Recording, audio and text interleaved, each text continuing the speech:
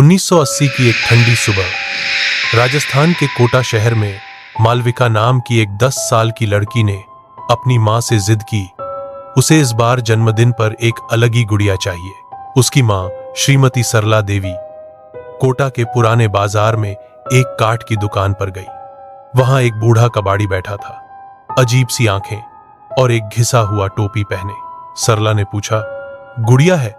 बूढ़ा बोला, है, लेकिन देने से पहले एक बात समझ लीजिए, ये बच्ची का खिलौना नहीं, एक कसम है। सरला ने उसकी बात को हंसी में टाल दिया और वो गुड़िया खरीद ली।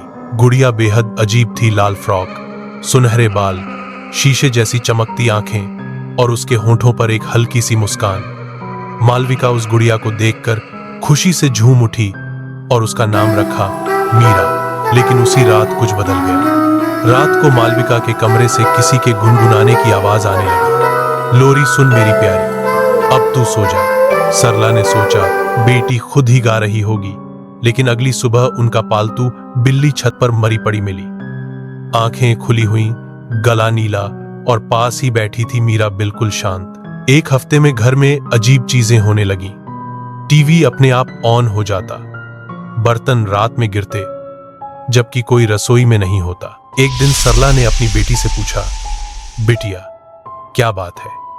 मालविका ने धीरे से कहा, मीरा मुझसे बातें करती है।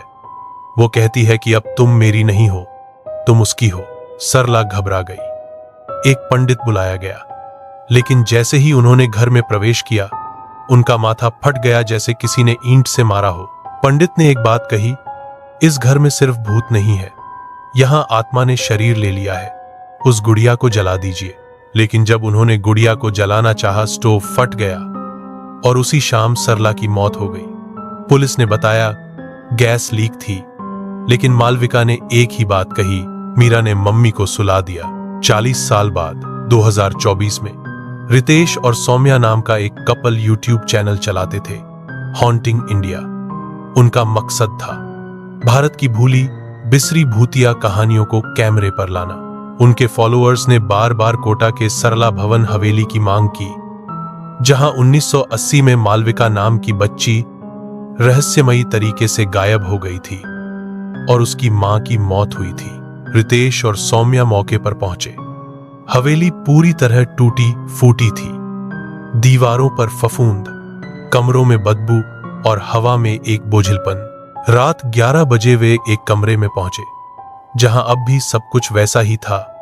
पुराने खिलौने, एक ड्रेसिंग टेबल और बीच में रखी थी वो लाल फ्रॉक वाली मीरा गुड़िया। कैमरा जैसे ही गुड़िया पर फोकस करता, लाइटें बुझ जाती, कैमरा बंद हो जाता। रितेश ने गुड़िया को उठाया और बोला, क्या तू ही है वो पापी गुड़िया? तभी सौम्या के चेहरे पर अजीब सा भाव आया। उसने धीरे से कहा, अब तू मेरा है रितेश। अगले दिन से सौम्या बदलने लगी। वो गहरी आवाज में बात करती, नींद में चलती, कभी कभी खुद को आईने में देखकर मुस्कुराती। रितेश को सपने आने लगे, सौम्या अंधेरे में खड़ी है, हाथ में वही गुड़िया। एक लड़की चीख रही है, मुझे मत बंद करो, मैं इंदा हूं। रितेश ने तहकीकात शुरू की, पुराने थानों में रिपोर्ट्स ढूंढी। पता चला मालविका कभी लापता नहीं हुई थी। उसे एक तांत्रिक ने उस गुड़िया में बांध दिया था ताकि उसकी आत्मा को कंट्रोल किया जा सके। लेकिन मालविका की आत्मा बंधी नहीं, पिशाचिनी बन गई। उसने अपने घर के हर सदस्य को मारा। गुड़िया अब उसका स्थायी निवास थी। रितेश एक प्रसिद्ध पैरानॉर्मल एक्सपर्ट दयानंद बाबा के पास गया। बाबा बोले, उस गुड़िया को जलाना समाधान नहीं, आत्मा शरीर में प्रवेश कर चुकी है, अब उसे तांत्रिक विधि से निकाला जा सकता है, लेकिन कीमत देनी होगी। रात को हवन शुरू हुआ, सौम्या को मंदिर में लाया गया। जैसे ही मंत्र शुरू हुए, सौम्या चीखने लगी, उसके शरीर में अकड़न आई, आंखें उलट गईं। वो चिल्लाई, मैं मीरा नहीं हूं, मैं मालविका हूं, सबने मुझे खिलौना समझा, अब सब मेरे होंगे। बाबा ने आदेश दिया, उसके असली नाम से पुकारो और गुड़िया की आंखें निकाल दो, वही उसकी शक्ति है। रितेश ने जैसे तैसे हिम्मत की और गुड़िया की कांच की आंखें तोड़ी। जैसे ही आंखें टूटीं, सौम्या जमीन पर गिर गई, बेहोश। सन्नाटा। सौम्या धीरे धीरे ठीक होने लगी। गुड़िया को एक सील्ड बक्से में रखकर नदी में बहा दिया गया। लेकिन कहानी यहीं खत्म नहीं हुई। 3 महीने बाद एक अनाथ बच्ची कोटा के एक कबाड़ी से गुड़िया खरीदती है। वो ही लाल फ्रॉक, वो ही मुस्कान। अंतिम दृश्य में बच्ची अपनी मां से पूछती है, मम्मी, मीरा मुझे गाना सिखा रही है। मां पूछती है, कौन मीरा? बच्ची मुस्कुराकर कहती है, ये रही मेरी गुड़िया।